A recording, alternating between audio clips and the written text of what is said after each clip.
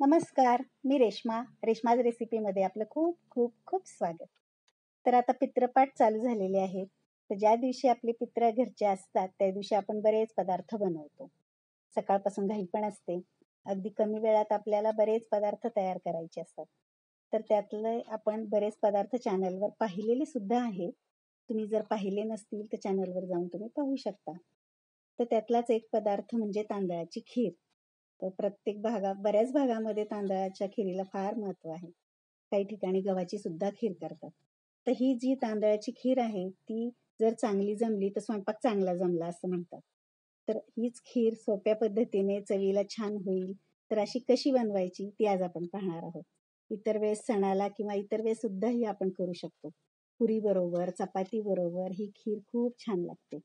तर नक्की तुम्ही एकदा ट्राय करून पहा. चला तर मग आपण वेळ न घालवता सुरू करूयात. तर आपण करतोय तांदळाची खीर. त्यासाठी पहिल्यांदा आपल्याला लागतील तांदूळ. तर मी तांदूळ घेतलेले आहेत इंद्रायणी तांदूळ. नॉर्मल आपण जे तांदळाचा भात करतो ते तांदूळ आपल्याला घ्यायचे. त्यामध्ये जास्तीत जास्त आपल्याला ज्या तांदळाला जो सुगंध आहे, सुवासिक तांदूळ आहे तो तांदूळ घ्यायचा आहे. तर तुम्ही बासमती नका घेऊ. इंद्रायणी, आंबेमोहोर असे सुवासिक जे तांदूळ असतात ते घ्या. म्हणजे आपली खीर छान अशी टेस्टी होईल. तर आता मी 3 चमचे तांदूळ घेतले. तर ते तांदूळ आपल्याला आता भाजून घ्यायचे. तर कोरडेच भाजायचे, त्यामध्ये काही घालायचं नाहीये. तर जाड बुडाची कढई घेऊन आपण तांदूळ भाजून घ्यायचे. गॅस एकदम मंद करायचा आहे आणि गुलाबीसर रंग येईपर्यंत भाजून घ्यायचे. तर ते लगेच भाजले जातात तांदूळ. बघा एकदम फुलतात आहेत मस्तपैकी. हलका गुलाबी रंग आला की काढून घ्यायचे. म्हणजे खमंग अशी खीर होते. तर बघा आता गुलाबी रंग आलाय तांदळाला, काढून घेते. आता हे तांदूळ आपल्याला 2 पाण्याने धुवून घ्यायचे. चला आता 2 पाण्याने धुवून घेते.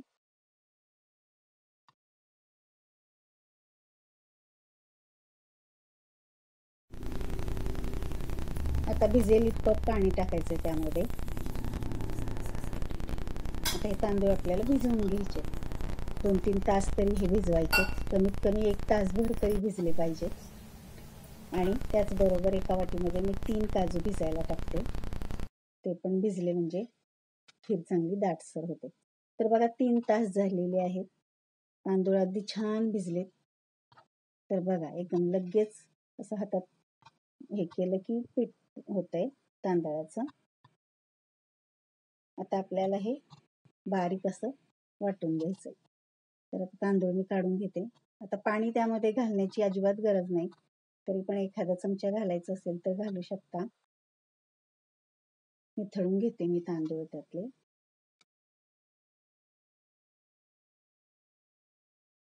आता त्याचबरोबर आपण 2 चमचे खोबऱ्याचा किस घालायचा आहे. तुमच्याकडे ओला नारळ असेल तर ते तुम्ही घालू शकता. ते 2 चमचे घ्या आणि हे काजू आपण भिजत घातले होते ते त्यामध्ये वाटून घ्यायचे. आता हे सगळं बारीक पेस्ट करायची आपल्याला, मिक्सरला वाटून घ्यायची.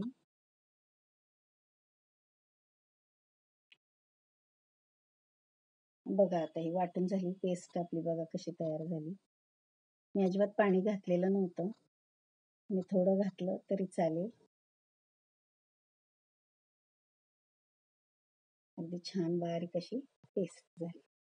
तर चला तर आता एक जाड बुडाचं भांडं घ्यायचं आहे. तुम्ही पातेलं, कढई काही घेऊ शकता, पण जाड घ्या. तर मी कढई घेतली जाड आणि आता ड्रायफ्रूट्स घेतले. मी काजू, बदाम आणि पिस्ते त्याचे छोटे छोटे तुकडे करून घेतले. 2-3 चमचे आता त्यामध्ये तूप घालायचं आहे आणि तुपात आता हे ड्रायफ्रूट्स आपल्याला तळून घ्यायचे. तर तुम्हाला तळून आवडत नसतील तर तुम्ही तसेच टाकू शकता. पण छान असं जाताखाली क्रंची खीर खाताना छान लागतं म्हणून तळून घेते मी. तर आता हे पण हलकंसर गुलाबी रंगावर येईपर्यंत तळून घ्यायचे. जास्त रंग बदलू द्यायचा नाही, कारण नंतर पुन्हा रंग बदलतो त्याची तळण्याची प्रोसेस चालू राहते गरम असल्यामुळे.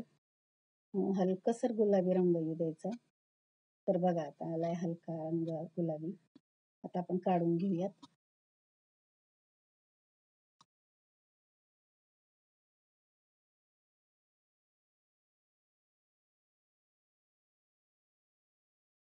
बघा असा रंग आलाय, अजूनही थोडासा रंग बदलेल आता. आता जे तूप राहिले त्यामध्येच आता आपण खीर करून घेऊया. तर मी दूध घेतलेलं आहे, हळूच टाकायचंय दूध, गारच आहे, अंगावर उडण्याची शक्यता असते. अर्धा लिटर दूध आहे, मी साई सकट टाकलंय, त्या तुपामध्येच टाकले मी ते. आता हे पण थोडंसं हलवून घ्यायचंय. आता कढईत तूप असल्यामुळे लागण्याची काही शक्यता नाहीये, पण थोडंसं हलवून घेऊयात आणि दुधाला एक उकळी आणायची. तोपर्यंत आता ही जी पेस्ट आहे, आता ही घट्ट आहे, त्यामध्ये आता थोडंसं पाणी घालून आपल्याला पातळ पेस्ट करायची. त्यामध्ये तुम्ही दूध घालू शकता किंवा पाणी घालू शकता.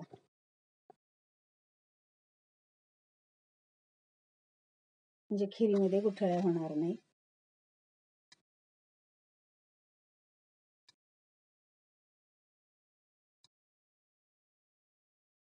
तर आता इकडे दुधाकडे बघूयात. गॅस कमीच ठेवलाय.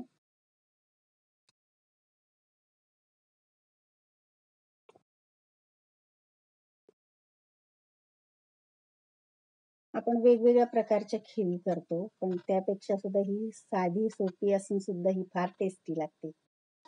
आता त्यामध्ये मी 7 ते 8 केशर काड्या घातल्यात. तुमच्याकडे नसतील तर नाही घातल्या तरी चालतील, काही फरक पडत नाही.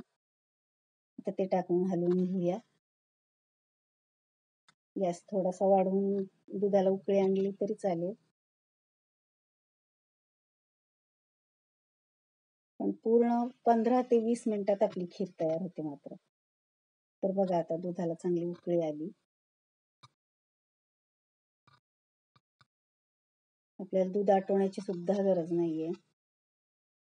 आता हे वाटलेले जे तांदूळ आहेत ते आपण त्यामध्ये घालून घ्यायचे आणि मात्र लगेच हलवून घ्यायचे, कारण गुठळ्या तयार होतात लगेच तांदळाच्या. आता एकसारखं हलवत राहायचंय मात्र, अजिबात कढई सोडायची नाहीये. त्यासाठी उलटणं घ्यायचंय हलवायला. बघा असं थोडंसं घट्ट व्हायला सुरुवात होते लगेच.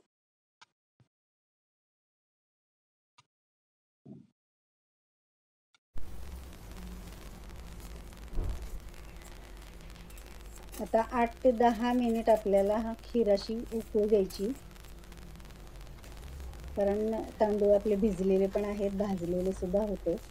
अगदी पेस्ट शिजायला जास्त वेळ लागणार नाही, फक्त दाटसर होईपर्यंत छान असे आपल्याला उकळू द्यायचं.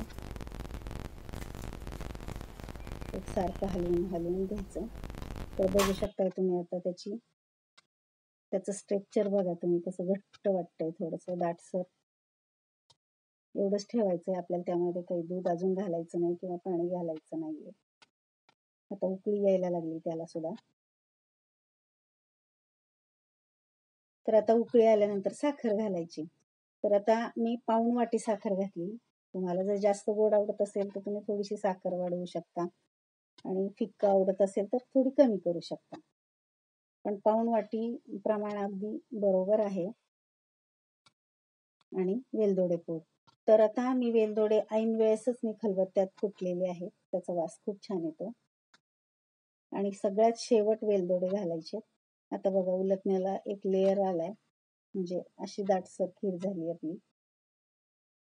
तर आता साखर सुद्धा विरघळली, छान अशी आपली खीर उकळलेली आहे. त्यात ड्रायफ्रुट्स घातलेत मी तळलेले. तर बघा आपली खीर अशी छान तयार झाली, बघू शकताय. तर ही अगदी नुसती सुद्धा आपल्याला चमच्याने खायला सुद्धा छान लागते. पोळी बरोबर, पुरी बरोबर सुद्धा खूप छान लागते ही खीर. तुम्ही नक्की एकदा ट्राय करून तर पहा. तर आता एका भांड्यामध्ये आपण काढून घेऊयात.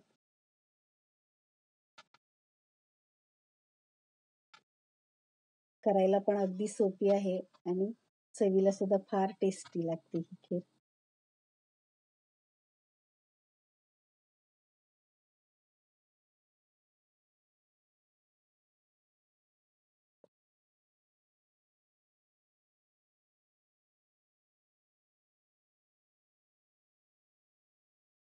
तर तुम्हाला ही तांदळाची खीर कशी वाटली मला कमेंट करून सांगा, आणि आवडली असेल तर आपल्या चॅनलला लाईक, शेअर आणि सबस्क्राईब करा. तर बघा, थंड झाल्यानंतर याचं स्ट्रक्चर तुम्ही पाहू शकताय. जास्त घट्टही झालेलं नाही